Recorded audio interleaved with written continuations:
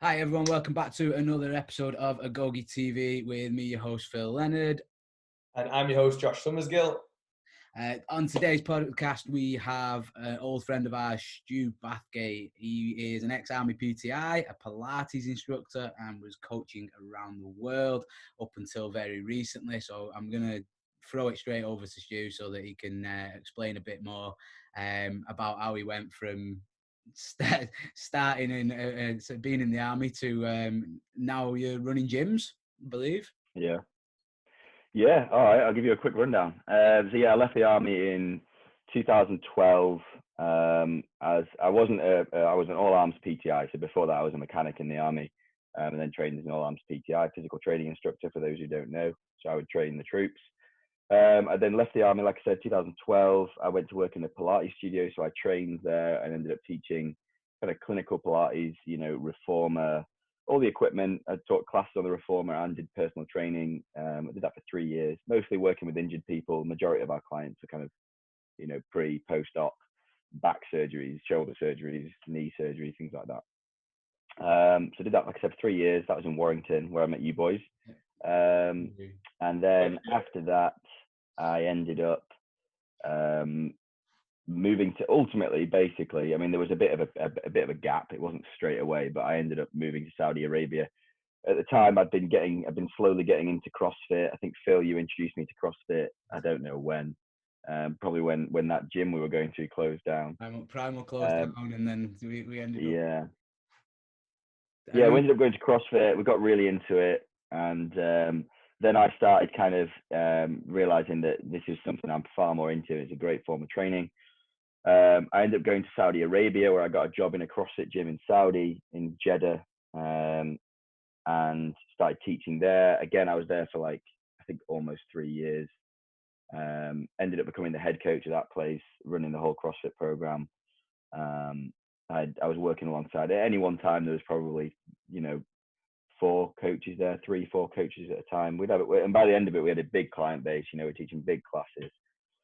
And then from there, I got a job as a personal trainer. It was time to leave. I wanted to leave, and I got offered a job as a personal trainer in Riyadh, contracted just to one client. So I was basically a premium PT, and I was training one client. I was his personal trainer. I would travel with him and train him at his house and just be on call. Is that the all dream the time? I think it is. Well, I mean, yeah. Ultimately, it is pretty much the best job a PT can get, I guess. There's pros and cons, mate. Ultimately, all the pros are obvious. You get for considering the hours that you're working, you're getting paid an inordinate amount of money, and it's very straightforward. You get to work with one person, you get continuity, you get to know them, you can watch them improve over time.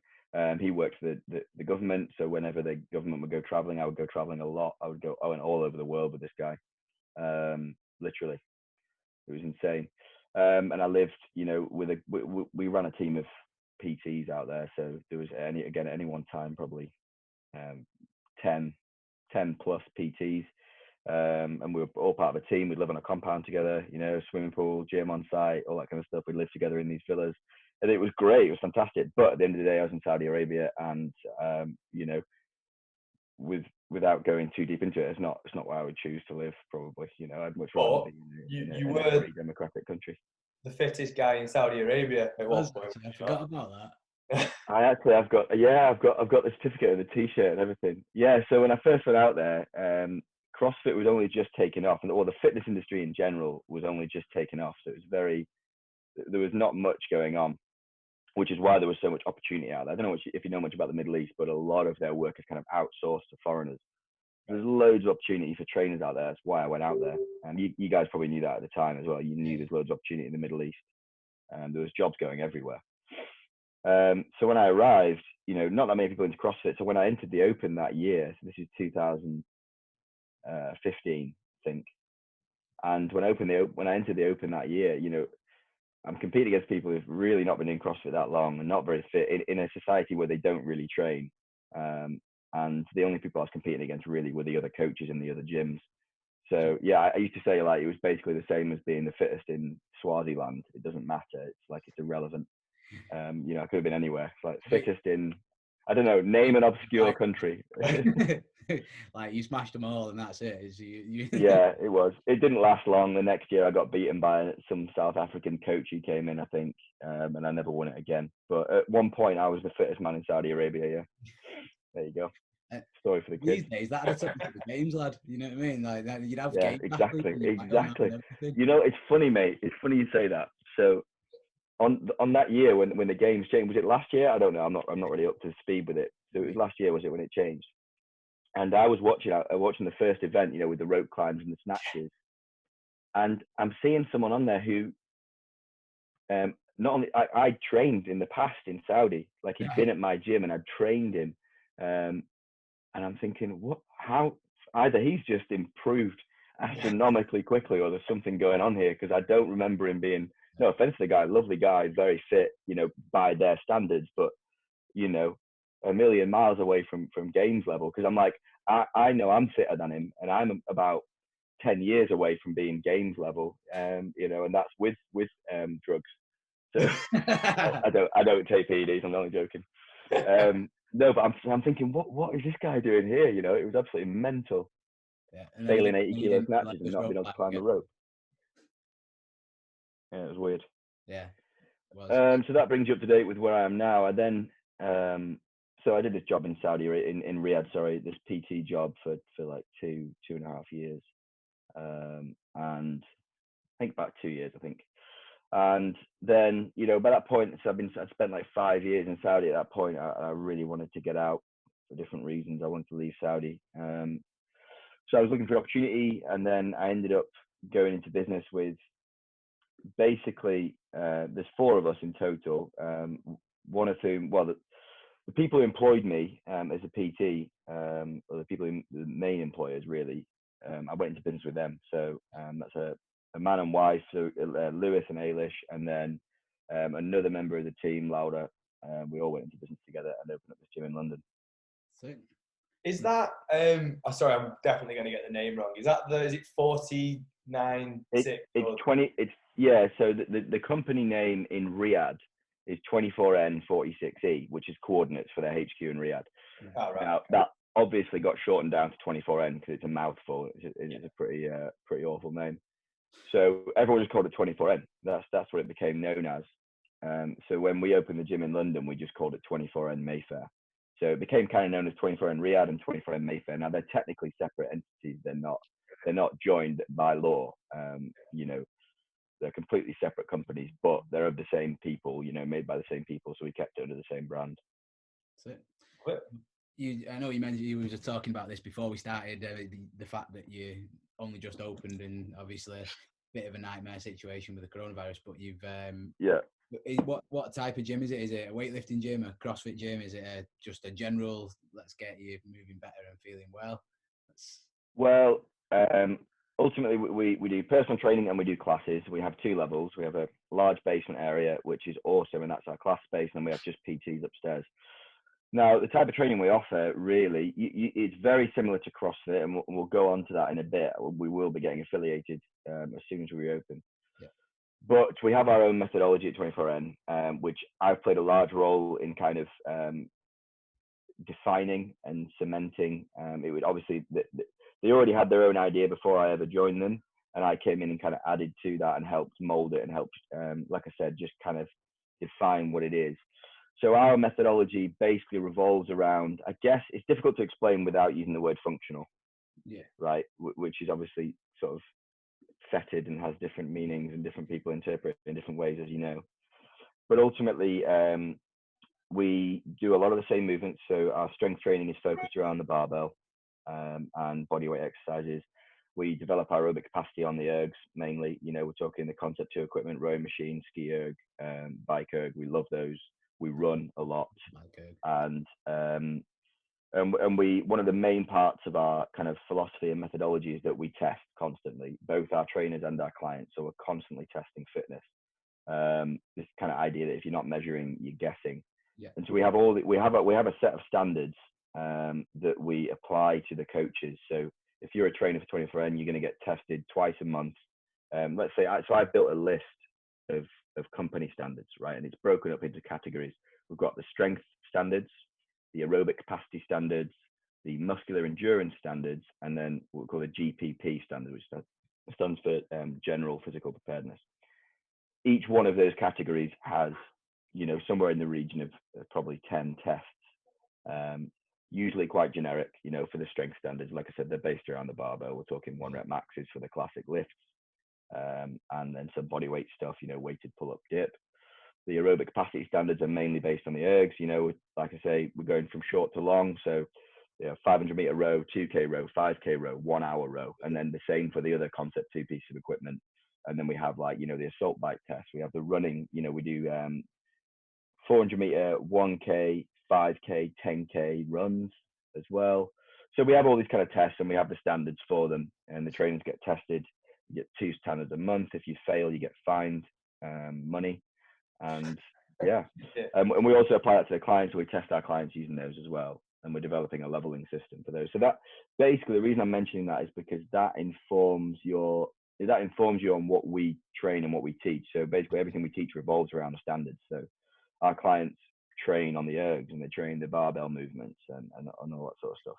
Yeah, I suppose it definitely makes a big difference when you know what you're testing at the end of the day. Like, obviously, part of the CrossFit methodology is you don't know the test, and obviously, like, air quoted that because you do know quite a bit of what CrossFit are going to be testing these days, and like some of the time domains, that kind of thing. But like, it can dictate your training in a much different way when you've got some defined standards to go after. Like, I know how I can differently as opposed, like, if I'm writing a program and I've got all these standards that I know I need to be able to hit, as opposed to like, okay, well, we've got this mixed modal training method, we got this, how am I going to train for, exactly, it focuses your training, and so it forces you to get structure to your training. So again, you'll notice the major difference between what we're testing and what CrossFit are testing is CrossFit tests are by and large all multimodality, all mixed together.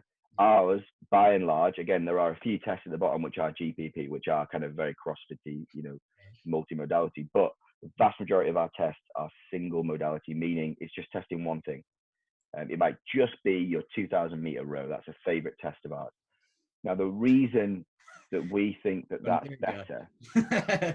What are you saying? I was like, do you want to do it, Josh? Do you want to jump on that 2K? I'm staying away from London. you boys know, you must know your 2K times, right? I know mine, yeah. Yeah. And I think Phil, what's your 2K time? 6:52. Right, that's fantastic. That's a good time. That's a respectable time. And our standard for our coaches for the males is sub 7. Now, obviously, not everyone hits it, but the majority of the males in our team do that. So you can see that's it's not like an Olympic standard, but if you're a generalist, that's a respectable number. And there's no way that you can get sub 7 without some training. Right. It's not so hard that if you get a specialist rower, if you get someone who's a competitive rower in university, for example, that's not a difficult time. That they'll do that easily. But there's no way anyone who's never rowed before is going to row a sub 7.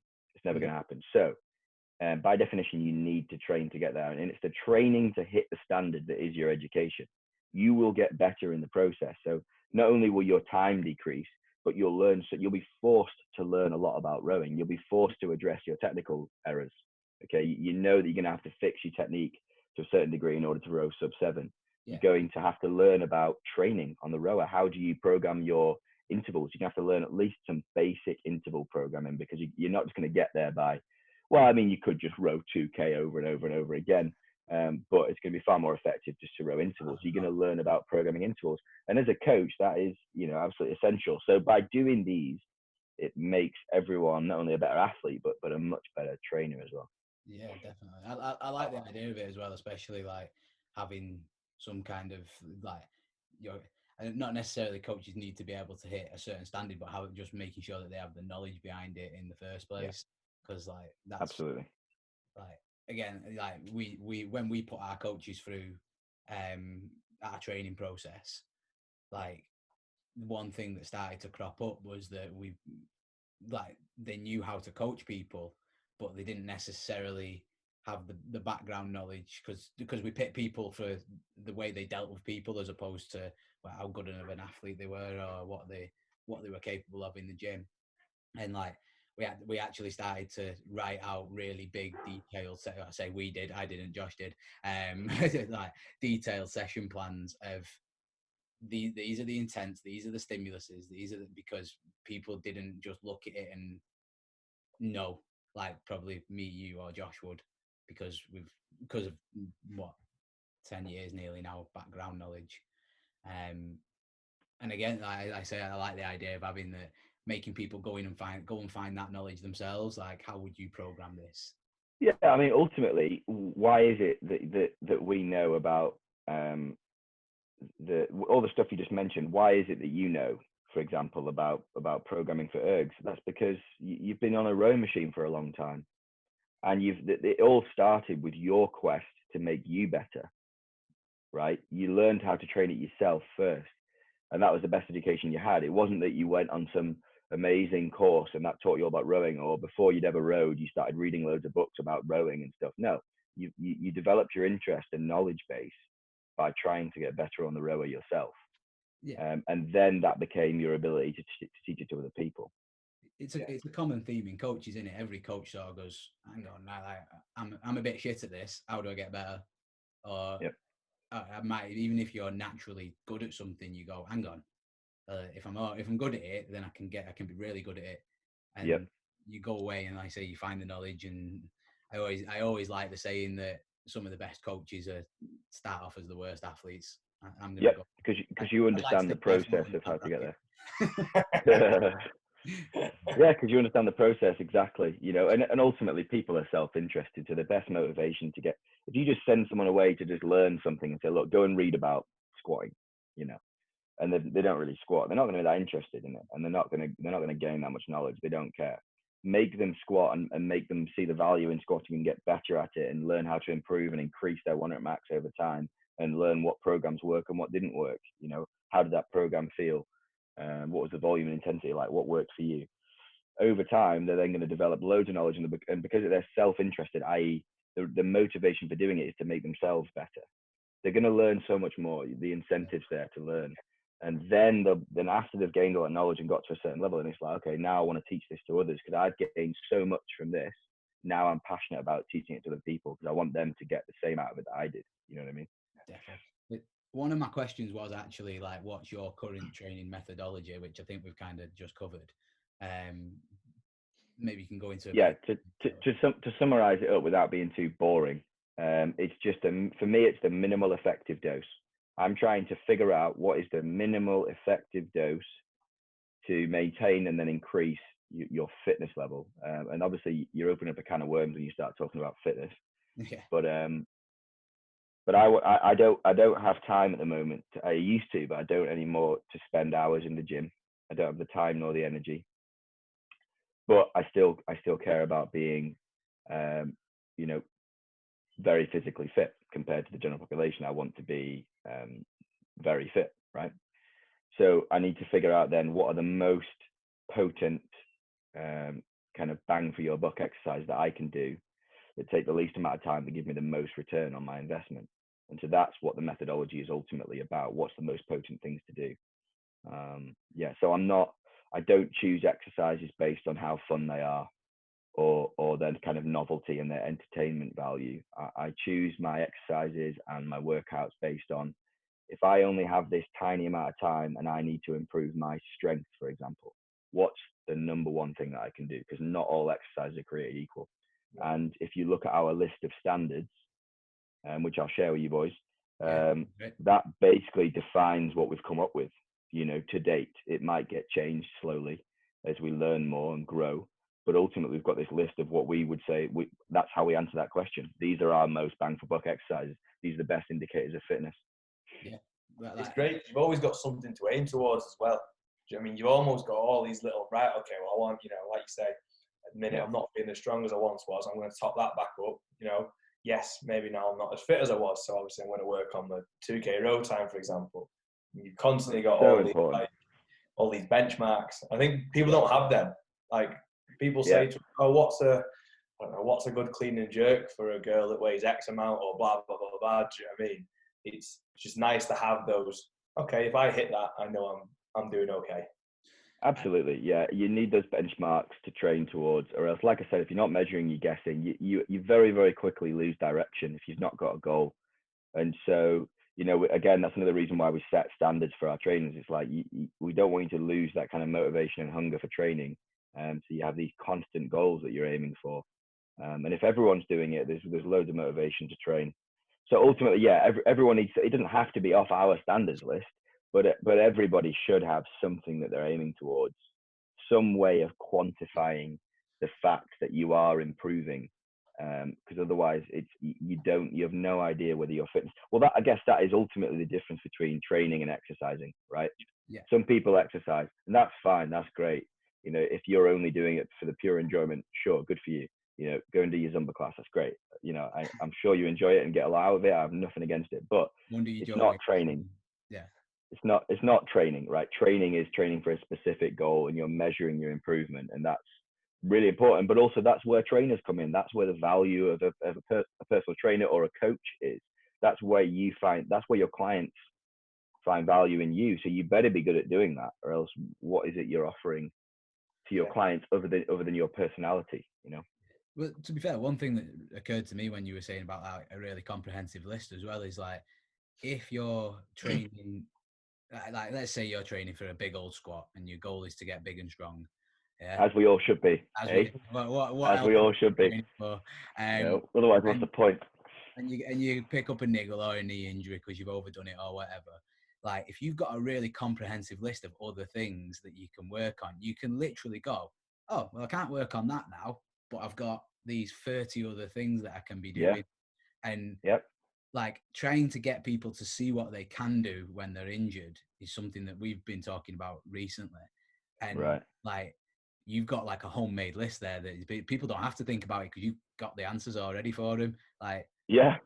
I mean, obviously, yeah, you're absolutely right. Obviously, the list is not exhaustive. There are hundreds, if not thousands, of exercises that one can do, and there's so many great accessory exercises out there and different things. You know, single leg, using free weights, etc., and the list can go on and on and on. But then the problem with that is you run into this kind of paradox of choice where there's just too much, and everyone's asking, well, what is it? What should I do? What's the best thing to do? And there's just too many options. This coach says this coach says this magazine said this YouTube video said this, and there's just too much choice. So it's about finding a happy medium between what you're saying, where you've got loads of options, but also not too many options where it just gets ridiculous. You know, we can sit and debate all day about what's the best leg exercise to increase leg strength, but it's like, no, look, just get under a barbell and squat. Okay, and if you can't do that, then we'll talk about the other options. But you're never really going to compete with somebody who's consistently and systematically training with the barbell and doing heavy back squats. You're never going to be as strong as them doing another method. Okay, now obviously, all things being equal, we can sit and debate about that forever, but that's the point. So I understand what you're saying, but too much variety and options can be a hindrance as well. Yeah, and that's essentially why I like the idea of having like these are our gym's standards. This is what we want people to be able to aim towards doing. And again, like I think when we're programming and when we're talking about things, I'll definitely say to people, right, you should be aiming for this time on this workout. Do you know what I mean? But it's probably not as clear cut as what you guys have got for sure. I mean, we're finding our own issues with it and trying to problem solve there, because there's a big disconnect between what we believe is the way people should train as trainers, who are people who are really into fitness like us, and then the general public. And you end up scaring a lot of people off with those because it looks very hardcore. You know, if we're just showing people a list of standards, it's like, oh yeah, we hit these fitness standards. It scares a lot of people off. So we're also trying to find ways of how do you present that to the general public? You know what I mean? Yeah, no, I get that. Yeah. So just a quick one, going back to what you just saying then, Stu, about having like almost a limited amount of things to aim for.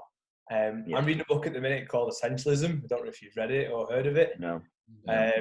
And basically they start off with a diagram on the first page, and it basically says about focusing on like the essentials and not getting kind of distracted with everything. And doing my best artist impression, that's what it looks like. And it's basically saying, if you've got all these things to aim for, you're basically just not going to get anywhere. Yeah. You've got that one, then obviously you're going to go in the right direction. It's a similar thing. The standards, isn't it? If you have too much choice, then you're just not going to get it done. Absolutely, yeah. 100% agree. And there's so many things you can talk about with that. Now, having done CrossFit for a long time and having taught it for a long time to a lot of people, as have you boys, you know, between us, we've got a lot of experience both doing and teaching CrossFit. We're probably in the best position to critique it. You know, we're all in the same position where we love it. We think CrossFit is great. I still love CrossFit. Greg Glassman, I usually say Greg Glassman because it's his philosophy that probably had the biggest effect on my personal philosophy out of anyone else in the entire fitness world. You know, I'm probably most heavily influenced by Glassman. But that doesn't mean to say that CrossFit doesn't have its problems and things that I wouldn't agree with, which is why I started moving away from it and kind of did my own thing. Now, you just hit the nail on the head there. And this is, again, we could debate whether this is the true CrossFit methodology or just what people have made it as it's got kind of diluted by being a kind of global brand. But yeah, ultimately it's giving especially novices too much variety too early on so that they never really get good at anything. We did a podcast a couple of weeks ago with Trav, who's Josh's weightlifting coach, and one of the things that seems to be like really resonating with people is he was talking about an exercise that people come into CrossFit and they see the snatch as an exercise, and it's the same, and in their head that's the same as a bicep curl. So why can't they just snatch? Because I can just do a bicep curl or I can just do a wall ball. Do you know what I mean? Like, it's another exercise on the list, and then you have to. And the amount of times I must have said to people while I'm coaching, like, look, people spend 5 days a week, twice a day, for 10 years trying to get 1 kilogram onto their snatch. I'm like, you're not going to get good at it in half an hour. Like, it doesn't happen like that. Again, it's a tough one. It is a tough one. I faced that issue. So what I ended up doing, you know, because you've got this catch-22 of, number one, a lot of people come to it for that because they watch CrossFit on YouTube or whatever and they see people throwing bars around and that's what they want to do. And it's like, okay, fine. I understand that. It is fun. What I stopped doing, eventually, after a while, I stopped teaching I wouldn't let people do squat snatching in my classes because I just couldn't control it. And people were doing all sorts of horrible stuff and risking injury. So there were certain exercises which I just wouldn't do. And then obviously I want to teach that because Olympic weightlifting is one of my biggest loves. So I would then, you know, create a separate Olympic weightlifting class. Which was like, look, it's cool that you want to do it, but you've got to learn it separately. I'm not teaching this in the middle of a CrossFit class when I'm trying to also show you how to do, you know, wall balls and box jumps and all sorts of stuff. There's just not enough time in an hour class to teach that adequately and do it justice. And also, does your average person need who's just wanting to come in and kind of generally be healthy or lose some weight, which, you know, which is the classic thing they come into a gym for, is the most effective use of their time teaching them how to snatch?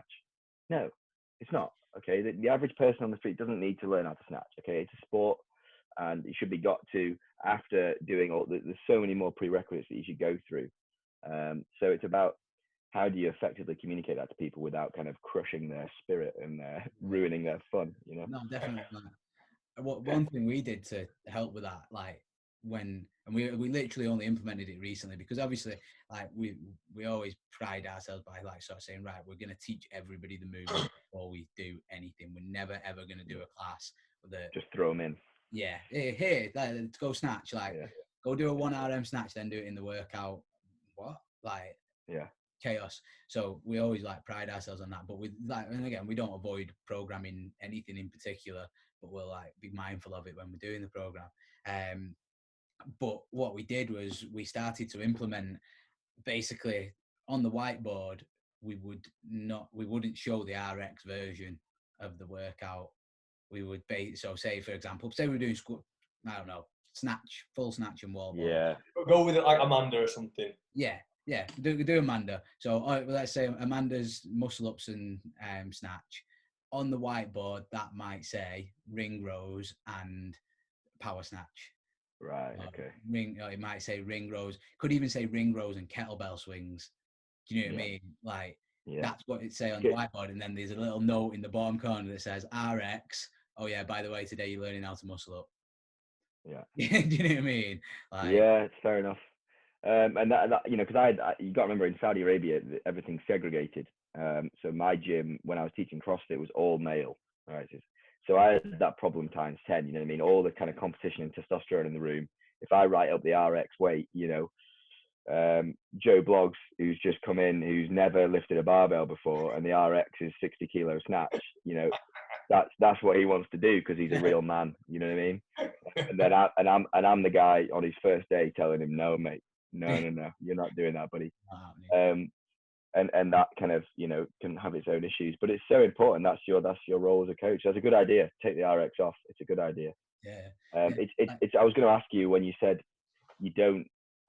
So the problems you run into is that when you're teaching the snatch, for example, it takes quite a while to teach. Let's say you're going to do the classic CrossFit, you know, Bergener style teaching of the snatch with the PVC pipe.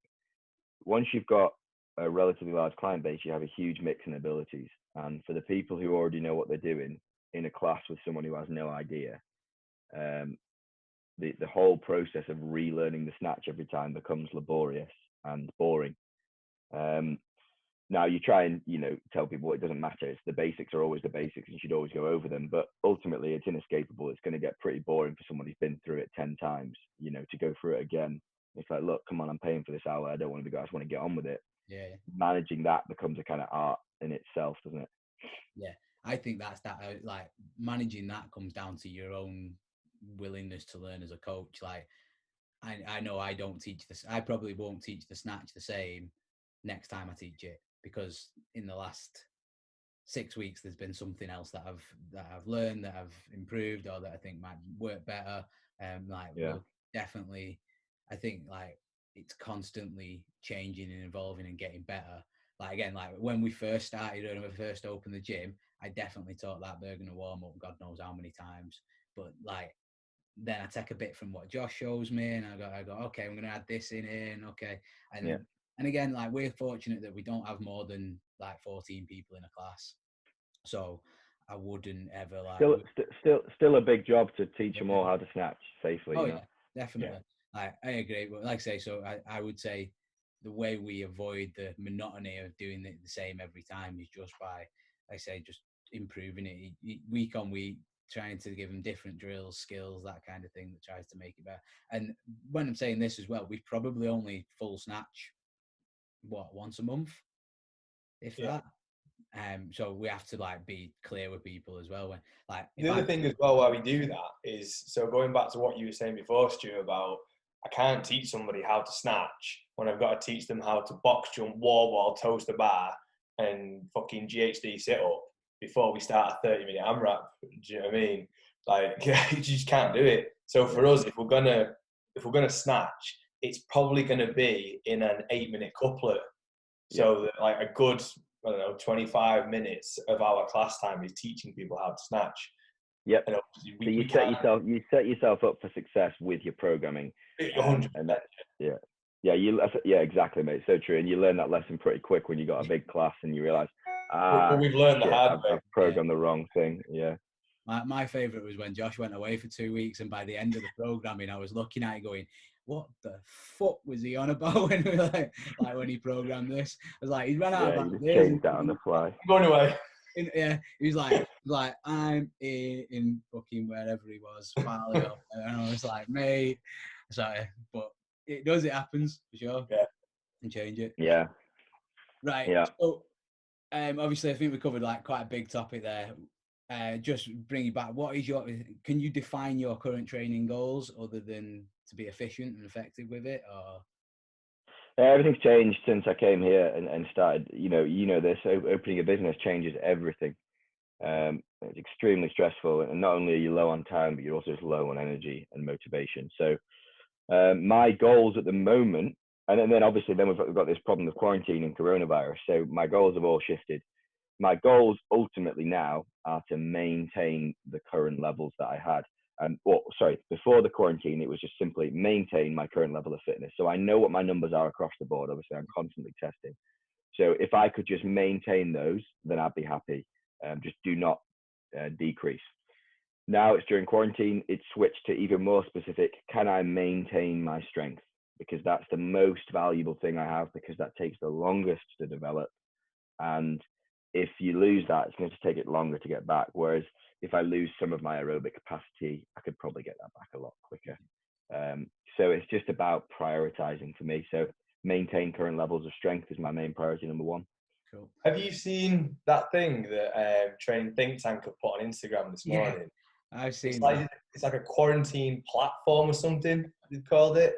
Wait, it's insane. I was looking at it. Basically, a bar, like, not a barbell, just a bar attached to some steel tube. Yeah, attached to some chains, and it's like basically getting you to do isometric pulls with it and things like that, maximal effort pulls. Let me see if I can find it. So I was just like, right, okay. But it's basically just a bar stuck with some chains to the floor, and it's like, all right. So you just push against it. Yeah. It's just like an immovable object. I've seen people training like that, you know, like suggesting just go up to a wall and try and push it for as long as you can, for as hard as you can. It's like, this is it, the quarantine machine. Yeah. Wow. So sounds like a hernia. That does. Yeah. Sounds like that bloke's gonna have a hernia very quick. That's cool, man. Really cool. You've not got one of these, no. No, definitely not. Definitely fucking not. He's going to build one right now. Yeah, that's it. I mean, you know, I say maintain my strength. That'd be very difficult if I didn't have access to a barbell. I can, so once or twice a week, I'll jump on a Boris bike and cycle to my gym. Obviously, I'm the only one there, and I stay out of people's way, so it's fine. And I'll just prioritize squatting, because for me, you know, that's the thing I can't do at home. And for me, it's just a number one bang for your buck overall strength developer is the classic back squat. We can have a conversation about that if you want to geek out on it. Okay. I'm prepared to have people disagree with me, and I'm prepared to defend my statement. But for me, it's the number one above all else. So I do that. I go to the gym and I do that, and the rest of the time I'm doing stuff at home. I'm doing pull-ups and push-ups all the time, every day, pretty much, because I'm not really adding weight to them, so I can accumulate loads of volume on those, and just eating loads of food and trying to maintain my muscle mass. Okay, so speaking of, I knew that squat would be the number one exercise for you, and to be honest, I don't really debate it for the majority.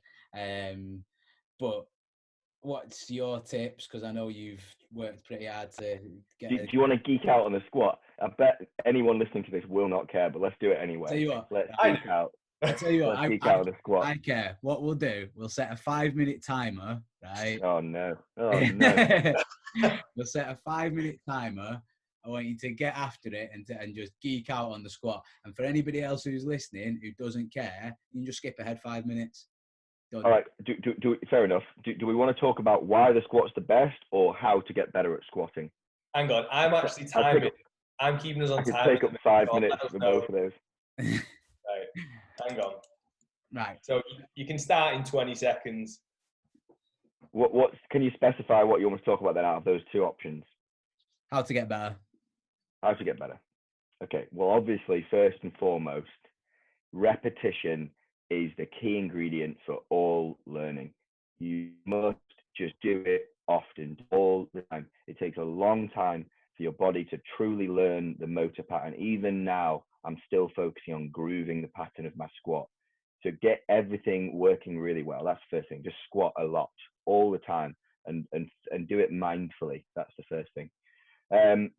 Major points that I'm constantly going over with people when I'm trying to teach them how to squat is, first of all, if we're learning the overall mechanics, it's the distance and position of their feet needs to be correct. Okay, so you start off with your heels directly under your shoulders. All right, we don't need any specialist kind of powerlifting wide stance squat or any kind of weird clock hop style feet together squat. Let's just get heels shoulder width apart. Foot position is important. Straighter is better, not just, I'm not saying straight. That's not what I'm saying, i.e. toes forward, but straighter is better. The wider we turn the toes out, the more problems we're going to see. So let's try and get the feet as straight as you can, as your body will allow.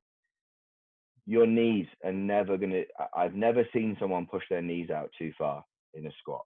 I'm yet to see it. Provided your foot is fully on the floor, and you have a neutral foot position, i.e. your big toe, your little toe, and your heel are all down on the floor, your knees aren't going to be too wide. So get your knees wider. And then the other major point that I'm constantly teaching people is the importance of bracing and how to generate tension, and how to generate pressure in the abdomen. So proper bracing techniques. These are the main things that I spend most of my time going over with people, and I spend most of my time focusing on in myself as well. I could go on. What's my time? I like the whole grease in the groove and movement pattern thing, because it's something that when I'm squatting at the minute, I'm constantly not going between two different patterns, shall we say, but like it's the initiation for me. I'm noticing I've squatted a lot that even now they still vary. Do you know what I mean? Like sometimes, and I can't back squat because of what happens to my back, but I do a lot of front squatting. So one session I can feel like I'm almost initiating too much with my hips and I'm tipping too far forward. The next session it can feel like I'm initiating too much with my knees, and obviously it's loading the wrong things at the wrong time and so on. And I just think, like you just said then, it is just repetition, do you know what I mean? And like being mindful of, you know, greasing that groove. And like you say, you know, 10,000 reps, the more you do something, the better you're going to get, aren't you? Absolutely. Nothing will improve your squat better. You can do as many, and Phil, you can chime in on this because nobody knows more about this than you, but you can do as many different mobility exercises as you want. And that's great. I do a lot of extra work myself on my hips and stuff, but nothing is going to get your body better prepared for a squat or to make you more mobile in a squat position than just doing loads and loads of squats. Nothing will affect it more. Would you agree with that, Phil? Yeah. Do you know, so it's one of the things that we always like sort of talk about, where it's like, obviously, yes, you can do stretches and certain movements that are going to help you get into a position, but like once you can get into that position, you need to train it. Yeah. And it's as simple as that. Do the movement. Yep. And the one thing that's going to, and again, example being, and I tell this story to people who can't overhead squat. We all know when I first tried to overhead squat, I fell on my ass. So right. Barbell over my head. I had a 15 kilogram girls bar and went, and timber. Yeah. Like, you're famous for thoracic spine, Phil. Yeah, it's still twisted, but you know, still can't press for shit either. But anyway, so I always say to people, like, yeah, that's like I couldn't do it either. Yeah. But the main movement I did to get better at overhead squatting was overhead squatting. Like, yep. That my 10 minutes. Exactly, so it's doing the reps. You're absolutely right. It's just doing them over and over again. But what you start to develop, because at the beginning you don't know what you don't know. You think most people they'll figure out the general gross movement pattern and then think, right, that's it. I can squat now. I know how to squat. But like Josh was saying, that even now I'm thinking about what I'm doing and things are changing. It's a very minute change. It's maybe not visible to the naked eye, but in terms of what's going on inside your head when you're squatting, and the kind of subtle nuances, i.e. the slight shift of where you're holding your body weight in your feet is going to make a colossal difference. Your ability to maintain the brace through the full range of movement. How to really get the most out of your muscles. So when we're talking about recruitment, how to recruit the maximum amount of muscle. If you take a novice and a pro, an elite lifter, you know, let's say they both have exactly the same amount of muscle fibers. You know, let's just take an arbitrary number and say that the novice can only use 50% of the muscle fibers that they've got, right? Whereas the pro has got the same amount, but they've learned to utilize 95% of them. And that's the big difference, is this ability to really recruit and fire your muscles. All the best bodybuilders talk about this, you know, mind kind of muscle connection and really focusing on a strong and full and complete and powerful muscle contraction. Over time, you can really gain a lot of strength through just focusing on that. So when I'm squatting now, I'm like, is there more muscle? Can I recruit more? Are my feet active? You know, are my shoulders pulled back? Am I pulling down on the bar? Even my arms are working. You know, it's like, how much muscle can I recruit to the whole cause of lifting this barbell? I want to recruit as much as I can, you know. Love it. Well, that was 5-ish minutes. That was bloody good going. Smashed it. There you go. And I like the. We'll go on a little bit longer because fuck them, make them wait. There's like I think one thing that you're talking about there as well, which I know we've talked about before, is basically the difference between not just training the muscles but also training the central nervous system as well. Yep. Like if you're able to fire everything, you're gonna be much more powerful, much more explosive, absolutely than the average person. And again, it's why, just to put it into context, that I think people will appreciate, it's why you'll see maybe Josh in the gym with his little tiny legs, and he can squat a lot more than me with my big massive legs. He can fire his muscles better. Like that's part of it. Yeah, it's going to come down to a lot of things, and again, it'll get very boring for people, I'm sure. But you can talk about all the different things that contribute to making him stronger than you, and you're going to have a long list of things, and probably the least of them is the actual total amount of muscle mass. You know what I'm saying? It's not about, obviously a bigger muscle is a stronger muscle. Don't get me wrong. But there's so many other factors, down to the fact that, Josh, like me, has got kind of Chinese proportions in the femur, and that really helps, My leg, the length of my legs genuinely get in the way when I try and snatch. The length of your femurs is a real problem, Phil. Yeah. you might want to think about changing them at some point. If I could swap them out, I would. I always say, like, when I was in school, I'd give anything to be over 6 foot. Right?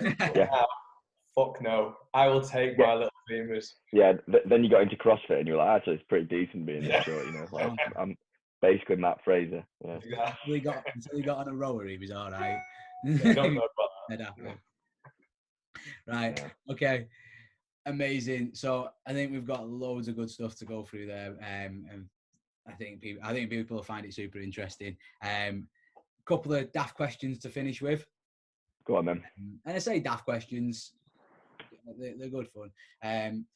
One specifically for you: bigger biceps or bigger squat? Oh, mate. bigger squat. Bigger squat. Good man. I like it. Okay, you can say that because you've got the biggest biceps out of anyone I know. And back squats 200 kg, so yeah, and your back squats 200 kg. So right, okay. Book recommendation next. What is number one book recommendation for everyone and anyone? Oof.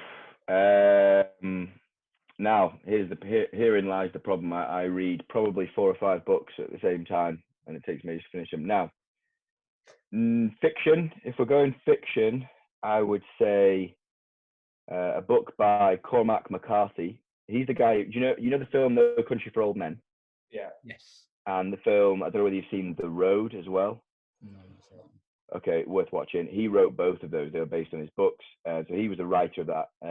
Definitely worth a read, but there's a book by him called All the Pretty Horses, which was amazing. So that's my fiction choice. If I was going non-fiction, I'm a big fan I find Douglas Murray very interesting. I'm currently reading The Madness of Crowds, and I'm thinking that's a great book. Right. I'm writing this down. Mm-hmm. Sick. Right. Okay. Beautiful. Next question. You get to basically you've got 24 hours to spend with one person on the planet, right? And it can be any one person, dead or alive. And in that 24 hours, you get to learn everything you possibly can from them. Everything you possibly can. God, what a question. That's really hard, isn't it?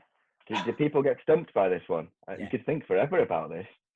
Here's the paradox of choice that I was going on about. There's just too much choice. So some people learn everything you can. Either you have an answer for it straight away, and you go, bang, I've got this, or you go, oh shit, there's so many people. So many people, good Lord. Probably.